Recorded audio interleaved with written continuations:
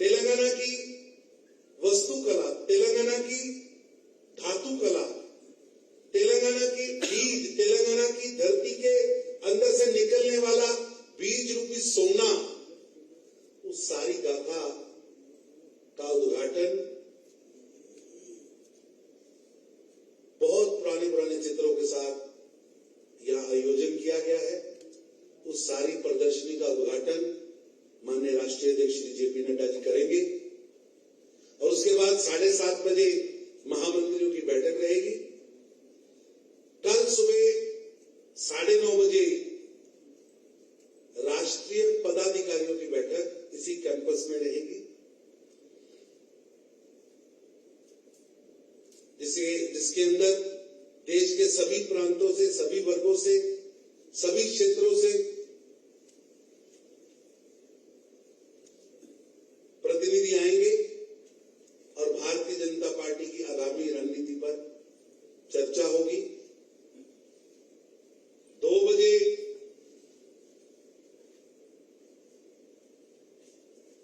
भोजन रहेगा और उसके बाद कल 2 जुलाई शाम 4 बजे से राष्ट्रीय कार्य समिति शुरू होगी। उससे पूर्व प्रधानमंत्री जी भी इसी कैंपस में आएंगे। प्रधानमंत्री जी राष्ट्रीय कार्य समिति के 340 डेलीगेटों के साथ पूरा समय हर बैठक में रहेंगे, हर सत्र में रहेंगे।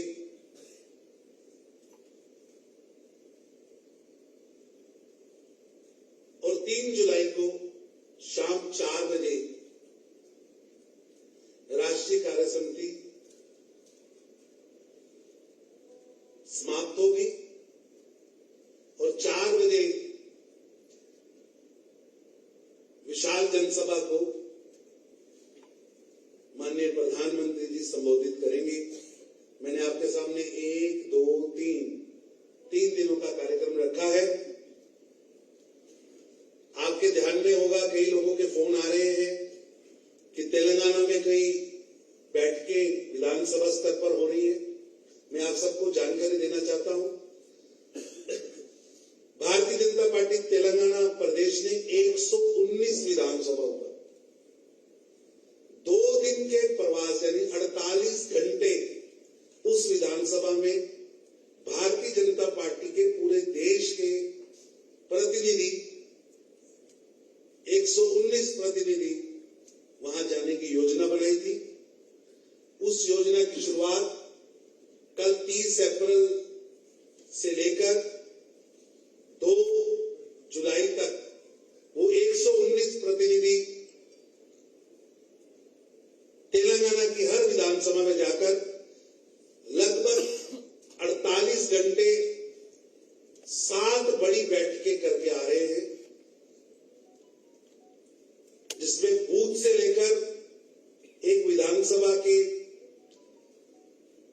मंडल की, विधानसभा के पदाधिकारियों की, विधानसभा की कोर कमेटी की और विधानसभा के सभी युवा, महिला, किसान, अनुसूचित जाति, एसटी, मिनोरिटी सभी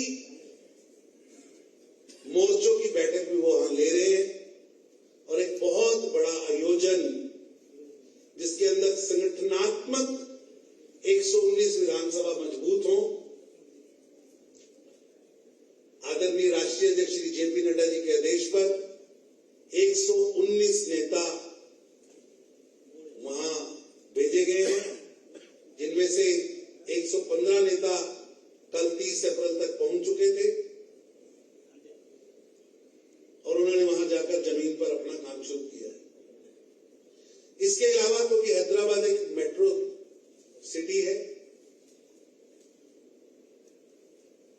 यहां के 40 अलग अलग समाजों की जो लोग यहां बाहर से आकर ठहरे हुए, यहां के नागरिक हैं, बाहर के रहने वाले हैं, ऐसे 14 समाजों की बैठक जिसमें बंगाली समाज, पंजाबी समाज, हरियाणा का समाज, राजस्थान का समाज, मध्य प्रदेश, ऐसे 14 समाजों की बैठक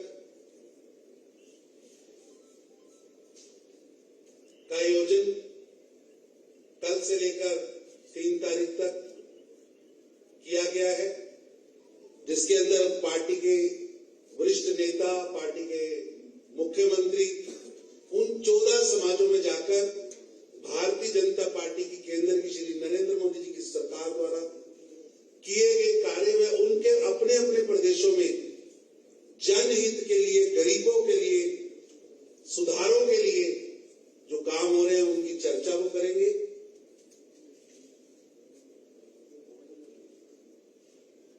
ये एक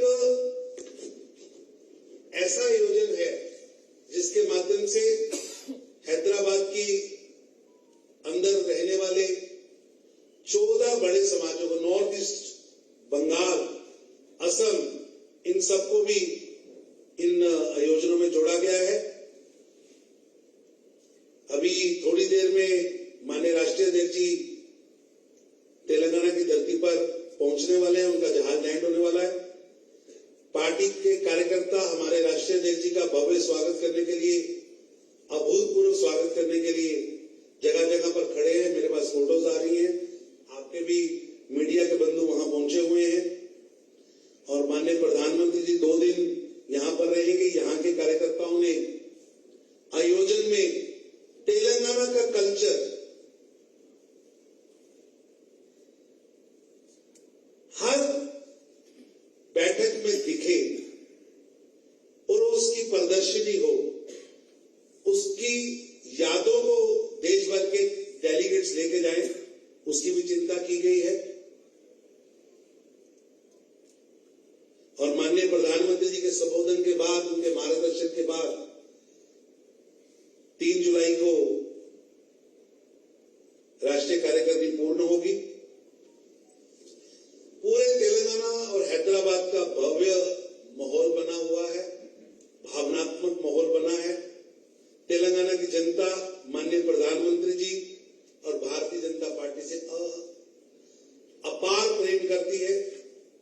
उनके मन में बहुत श्रद्धा है, प्रेम है। इसलिए उनके उत्साह को हर कार्यक्रम में हमने संयोजने का, जोड़ने का प्रयास किया है। कल माननीय प्रधानमंत्री जी के साथ साथ इस बैठक में माननीय राष्ट्रीय अध्यक्ष श्री जेपी नड्डा जी की अध्यक्षता में देश के गृह मंत्री अमित शाह जी, देश के रक्षा मंत्री माननीय राजनाथ सिंह जी, माननीय नितिन गडकरी जी, बहन निर्मला सीतारमण जी, जयशंकर जी सहित कई बड़े बड़े नेता, मंत्री इस बैठक में पूरा समय रहेंगे। लगभग भाजपा के सभी प्रदेशों के सीएम, डिप्टी सीएम वो भी इस बैठक में रहेंगे।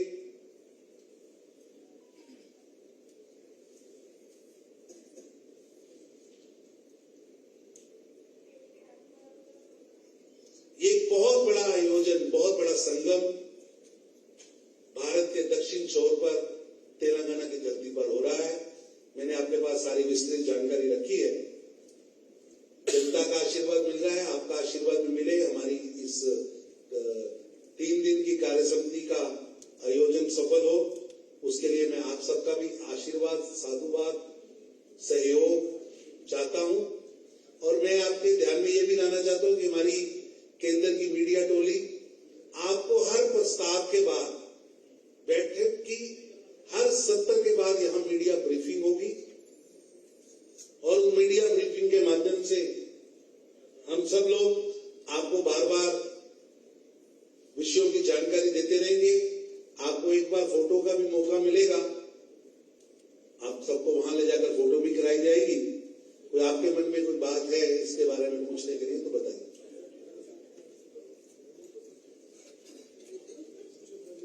अच्छा, एक मैं आपसे, जो कि कई दिल्ली से पत्रकार भी आए हैं, बड़े बड़े वरिष्ठ चेहरे में यहां देख रहा हूं, हमने एक काउंटडाउन शुरू किया था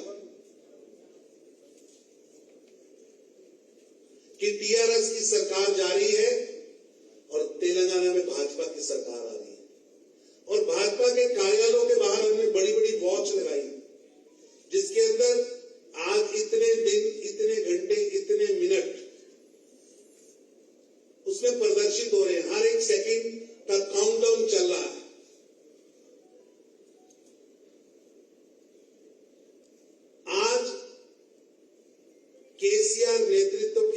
तेलंगाना टीआरएस की सरकार के जाने को 522 दिन बचे हैं। जब ये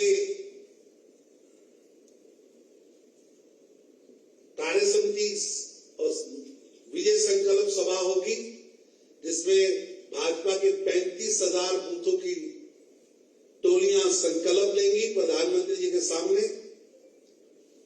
उस विजय संकल्प सभा में जब प्रधानमंत्री जी बोलेंगे तो उसके पूरे 520 दिन बाद तेलंगाना के अंदर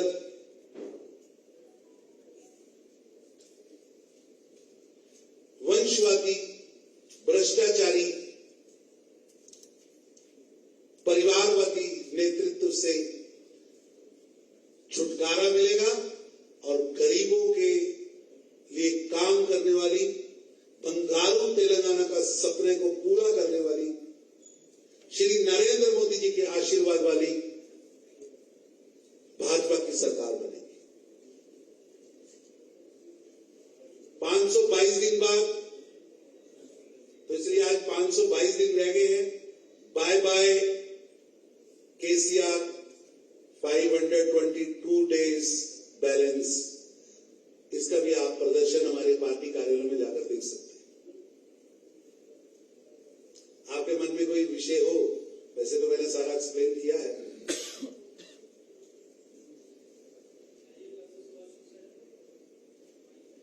हाँ बहन बोलिए। सर, आज सुप्रीम कोर्ट ने बीजेपी की फॉर्मर स्पोक्सपर्सन नूपुर शर्मा की एक स्टेटमेंट के बारे में बड़ा इंटेंस रिमार्क्स बनाया है। उसको सारे ऑपोजिशन पार्टी ने। बहन, आज इस कार्य समिति का विषय पर प्रेस कॉन्फ्रेंस है। सर, आप पार्टी को ये यू आर द पार्टी ठीक है, लेकिन आज की प्रेस कॉन्फ्रेंस को आप डिल्यूट मत करिए। कार्य समिति बिल्कुल नहीं करेंगे सर। ये हाँ बहन बोलिए।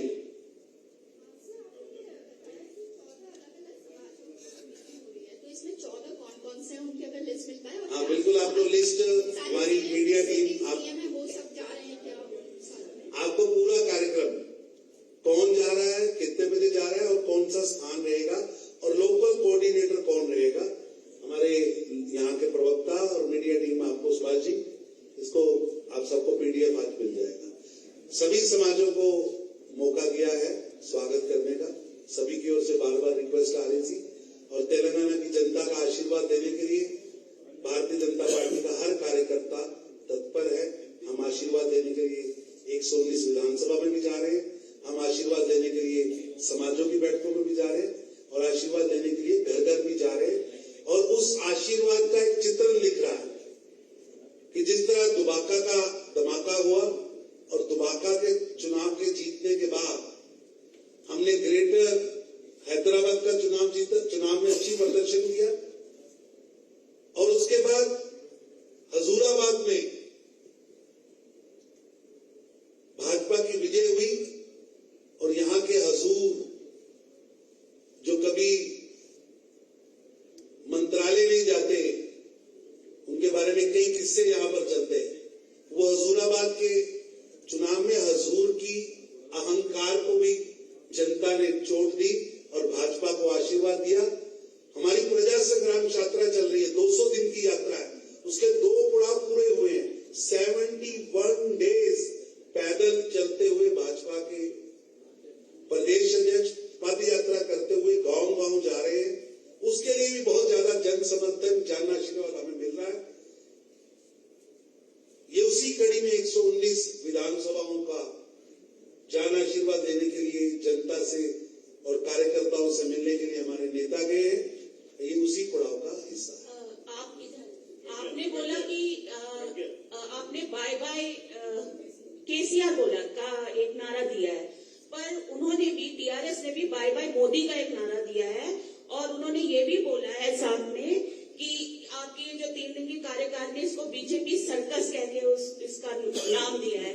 ऐसा कि कोई भी राजनीतिक दल कुछ भी बोल सकता है, लेकिन आप एक बार तेलंगाना की जनता के पास जाइए। आप दिल्ली से आए, विभा बहन एक बार मिलिए, आपको दिखेगा कि जो हमने घड़ी लगाई थी उस घड़ी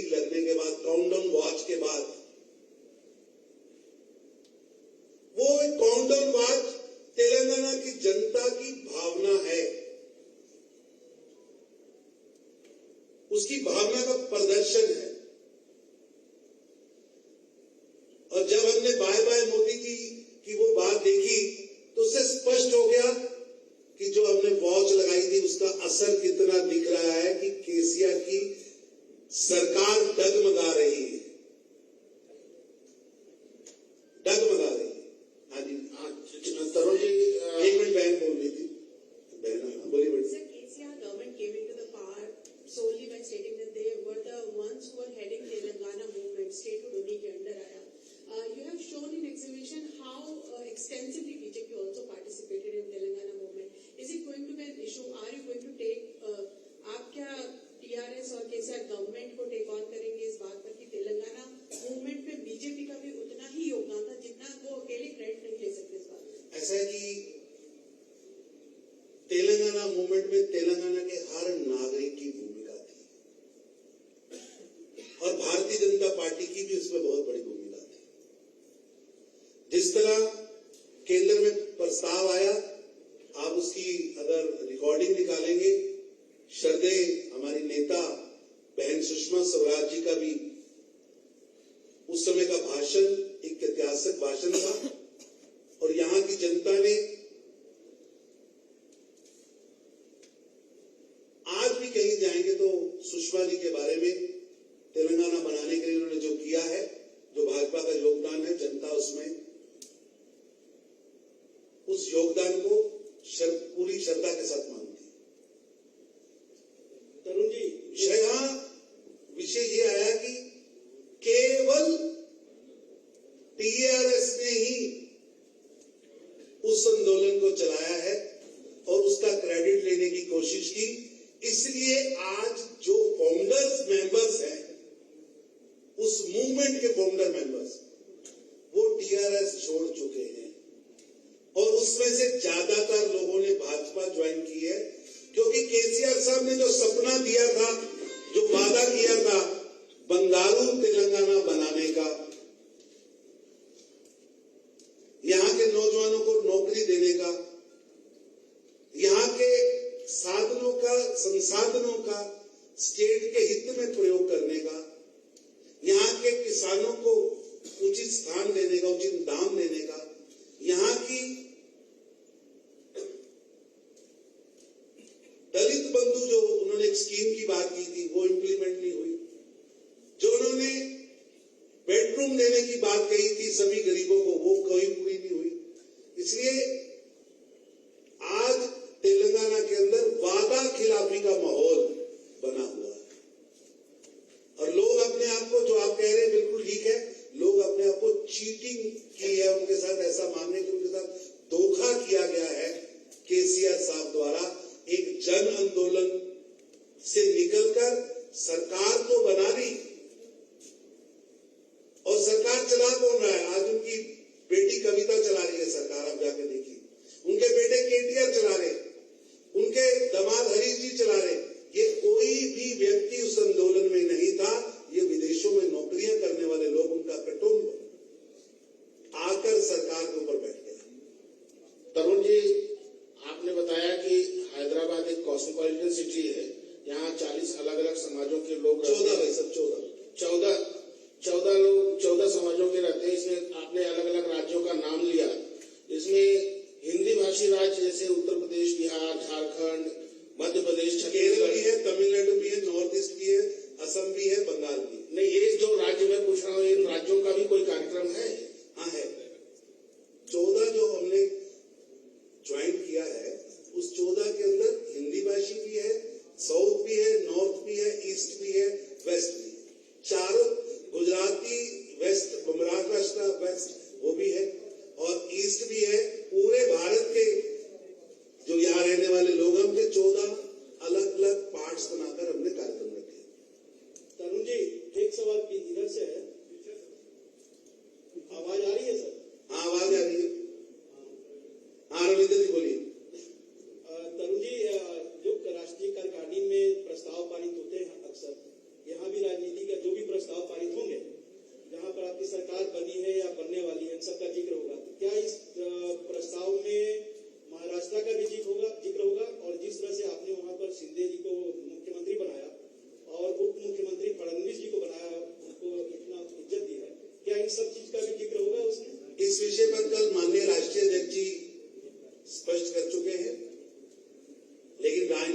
प्रस्ताव पास होंगे, देश की वर्तमान राजनीतिक परिस्थितियों पर भी चर्चा होगी और माननीय प्रधानमंत्री जी का मार्गदर्शन भी मिलेगा और भाजपा की आगामी योजना भी तय होगी पार्टी की, और पार्टी कैसे और मजबूत होकर माननीय प्रधानमंत्री जी के जो सपने हैं, जो उनके संकल्प हैं देश के प्रति, उनको पूरा करने के लिए और ज्यादा इन्वॉल्व हो, और ज्यादा काम कर सके, उसके लिए पार्टी यहाँ विचार भी करेगी।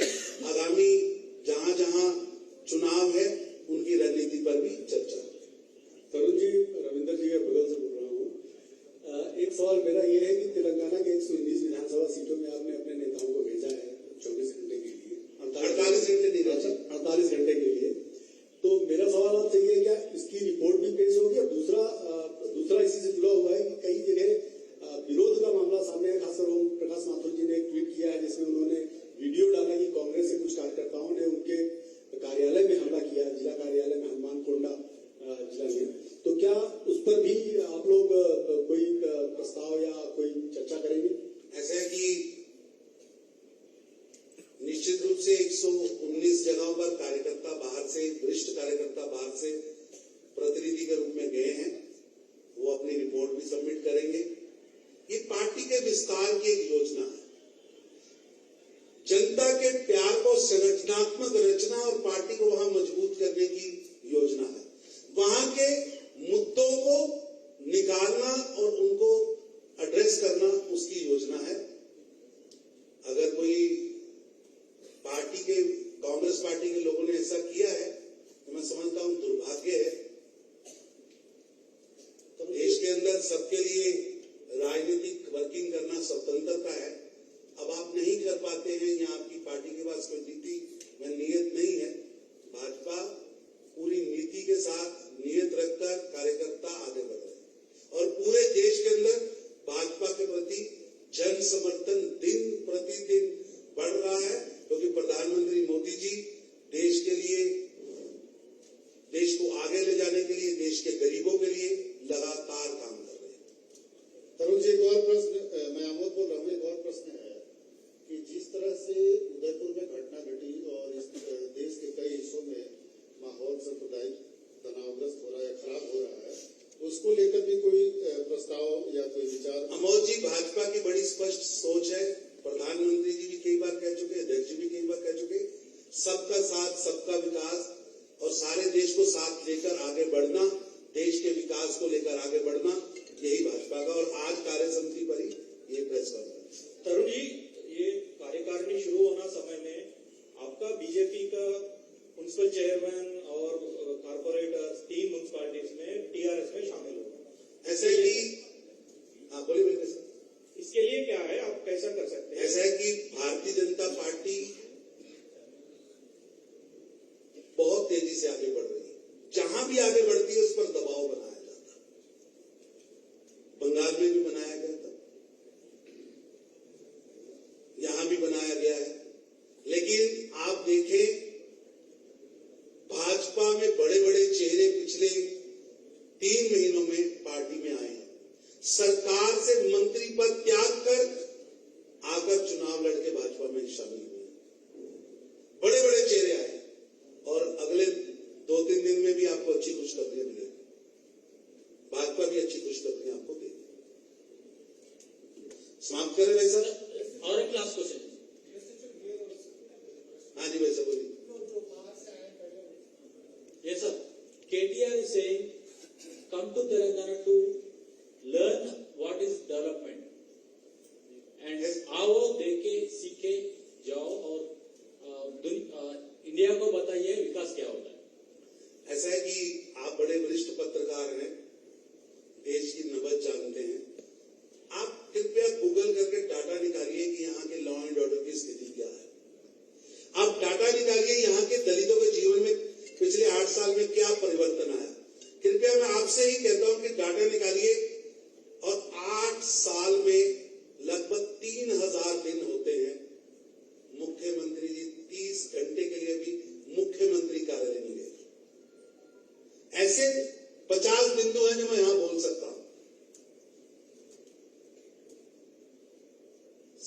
कैसे चलती है, शाम क्या होती है, रंगीन कैसे होती है, उन बातों को मैं छोड़कर कार्य समिति पर ही रहूंगा। हाँ जी भाई साहब।